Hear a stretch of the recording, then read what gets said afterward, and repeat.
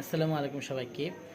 আজকে এমন একটা গল্প বলবো যেটা আমাদের মানব জীবনে প্রায়ই হয়ে থাকে এবং আমরা আসলে না বুঝেই কোনো কিছু মানে না দেখে না বুঝে একদম হুট করে ওই যে চিল নিয়েছে কান ব্যাপারটার মতো আমরা খুব দৌড়াদৌড়ি করি। তো গল্পটা হচ্ছে এরকম যে এক রাজা উনি একটা প্রাসাদ নির্মাণ করলেন। প্রাসাদ নির্মাণ করে প্রাসাদের দরজা মানে গেটে এমন একটা লক তিনি লাগালেন এবং লকটা লাগিয়ে তিনি তার রাজ্যে ঘোষণা করলেন যে যে এই লকটা খুলতে পারবে, লক খুলে গেট মানে লক খুলে গেটের ভিতর দিয়ে প্রাসাদে প্রবেশ করতে পারবে তাকে তিনি তার উত্তরাধিকার বানাবেন, মানে মেয়ের হাজবেন্ড বানাবেন। তো বিভিন্ন রাজ্য থেকে লোকজন আসলো, এসে অনেক চেষ্টা করলো, বাট কেউই পারলো না, সবাই আবার ফিরে গেল।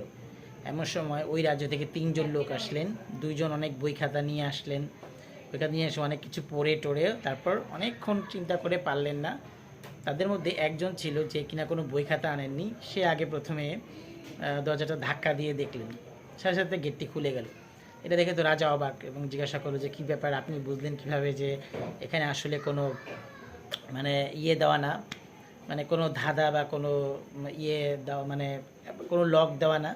তখন সে বলল যে আগে আমি আসলে চিন্তা করছিলাম যে আগে ধাক্কা দিয়ে দেখি দরজাটা খুলে কিনা, যদি খোলে তাহলে তো হয়েই গেল, না হলে পরে আমি ব্রেন খাটাবো। ঠিক আমাদের সমাজে এরকম, আমরা যদি কখনো বা কোনো সময় যদি কোনো বিপদ দেখি বা কোনো কিছু দেখি আগেই আমরা আসলে ভয় পেয়ে যাই। ভয় পেয়ে গিয়ে কি করব না করব বুঝতে না পেরে এরকম উল্টাপাল্টা আচরণ করি। আগে জিনিসটা দেখতে হবে, বুঝতে হবে, তারপর আমাদের সামনে এগিয়ে যেতে হবে। আগেই আমরা ওই লক খোলার চেষ্টা করুন, আগে দেখবো যে গেটটাকে আসলে তালা মারা কিনা।